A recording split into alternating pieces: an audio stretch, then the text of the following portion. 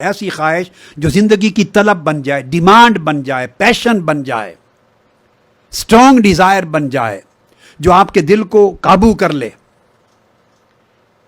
تو خواہش اگر اس درجے پہ ہو تو اس کو شہوت کہتے ہیں. یہ شہوت جنم کہاں سے لیتی ہے؟ یہ خواہش جو طلب ہے، رغبت ہے، یہ جنم لیتی ہے عام خواہش سے. کسی چیز کو دیکھا، کسی بڑے گھر کو دیکھا، کوئی کوٹھی دیکھی، بڑی کار دیکھی، کسی پاورفل شخص کو دیکھا، کسی کا عہدہ دیکھا، منصب دیکھا، کسی کی پرسکون زندگی دیکھی، عیاشی دیکھی، طاقت دیکھی، وغیرہ وغیرہ. جو کچھ دنیا میں آپ دیکھتے ہیں، ماحول، منظر زندگی کا دیکھا تو خواہش آئی، ایک خواہش پیدا ہوتی. اگر وہ محض خواہش خیال تک رہے، وہ خواہش صرف ایک خیال تک رہے، ایک تھاٹ رہے، ایک آئیڈیا رہے، محض ڈیزائر، جسٹ ڈیزائر رہے، تو اس کو کہتے ہیں الہوا. ہوا کہتے ہیں عربی میں ہوا. اور ہوا کی کا معنی ہے الہوا کا میل النفس الی الشہوہ. ہوا اس خواہش کو کہتے ہیں جو بندے کے اندر شہوت کا میلان پیدا کرے.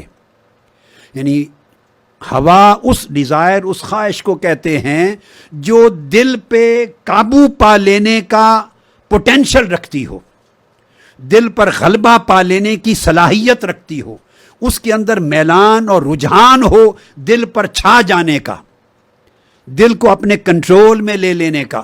جو خواہش یہ میلان اور رجحان رکھے شہوت کا، اس کو ہوا کہتے ہیں. گویا جو ہوا ہے یہ شہوت کا مصدر ہے. شہوت ہوا میں سے جنم لیتی ہے، اور ہوا کا مطلب ہے عام خواہش. عام خواہش ہر ایک کو پیدا ہوتی. کوئی شخص دنیا میں ایسا نہیں جو خواہش سے پاک ہو. اور ذہن میں رکھ لیں، محض خواہش رکھنا یا خواہش کرنا، اس میں کوئی برائی نہیں. اگر اچھائی کی خواہش، اگر خواہش اچھائی کی ہے، positive Dzire, it is for a good, اچھائی کے لیے، فار گڈنس، اس میں کوئی برائی نہیں. انسان ہے تو خواہش بھی ہے، خواہشات ہوتی ہیں. اس لیے خواہش کو اللہ پاک نے برا نہیں کہا، اور اس کی وضاحت کر دی ہے کہ خواہش ہوا اس کو کہتے ہیں کہ جس کے اندر یہ پوٹینشل ہے، صلاحیت ہے، وہ میلان رکھتی ہے، انکلینیشن رکھتی ہے اس چیز کی طرف، انکلینیشن کہ وہ دل پر چھا جائے گی. جب وہ خواہش دل پر چھا جاتی ہے، وہاں سے برائی شروع ہوتی ہے، وہاں سے بندہ پھسلنے لگتا ہے، وہاں سے بندہ ڈگمگانے لگتا ہے. جب خواہش تھی اس وقت تک بندہ اس کو اپنا بھی سکتا تھا، اس کو چھوڑ بھی سکتا تھا، اس کو بڑھا بھی سکتا تھا، اس کو پھینک بھی سکتا تھا. میں اس کو ایک اور لفظوں میں ایکسپلین کرتا ہوں، بڑا آسان ہو جائے گا. اگر بندہ طاقتور ہو تو وہ خواہش ہے. خواہش ایک ایسی آرزو، ایک ایسا خیال، ایک ایسا خیال ہے، ایک ایسی تھاٹ ہے کہ جس پر بندے کا قابو ہے، بندے کا کنٹرول ہے اس پر، کہ اس کے لیے سٹرگل کرے، اچیو کر لے، چھوڑنا چاہے چھوڑ بھی دے، بودر نہ کرے. تو اگر خواہش بندے پر غالب نہ ہو تو پھر ہوا ہے، اور اگر خواہش بندے پر غالب ہو جائے، بندہ مغلوب ہو جائے، تو وہ شہوت ہے. بندہ طاقتور رہے تو وہ ہوا ہے، بندہ کمزور ہو جائے ہوا خواہش کے مقابلے میں تو سمجھے خواہش بڑھ کر شہوت بن گئی ہے. شہوت بن گئی ہے، یعنی اب اس کے دل میں رغبت آ گئی ہے، دل انوالو ہو گیا ہے اب، اور ہمہ وقت دل اس کو سوچنے لگا ہے، اس کی چاہت کی طرف چلا گیا، اور دل اب اس کو پا کر ہی آرام پائے گا. وہ چیز نہیں ملے گی تو دل بے آرام ہوگا.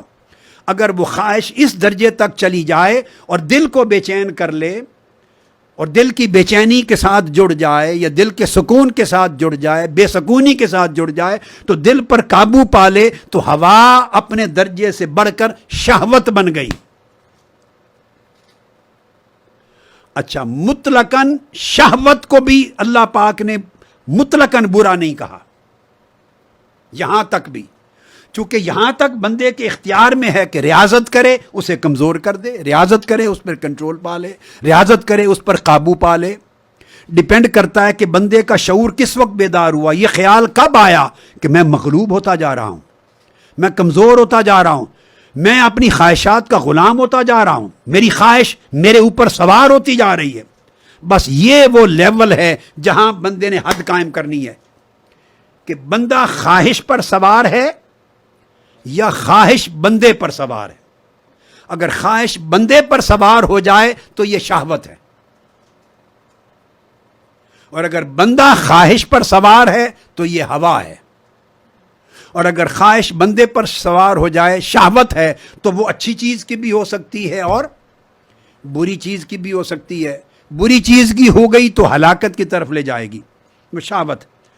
اور اگر اس میں دوام آ جائے, وہ ہر وقت دائمی, صبح و شام, ہر وقت بندہ وہ شہوت بندے کے دل کو پکڑ لے اور وہ چھوٹے ہی نہ, اور ہر وقت چمٹ جائے, اس کے اندر جم جائے, تو وہ محبت ہے.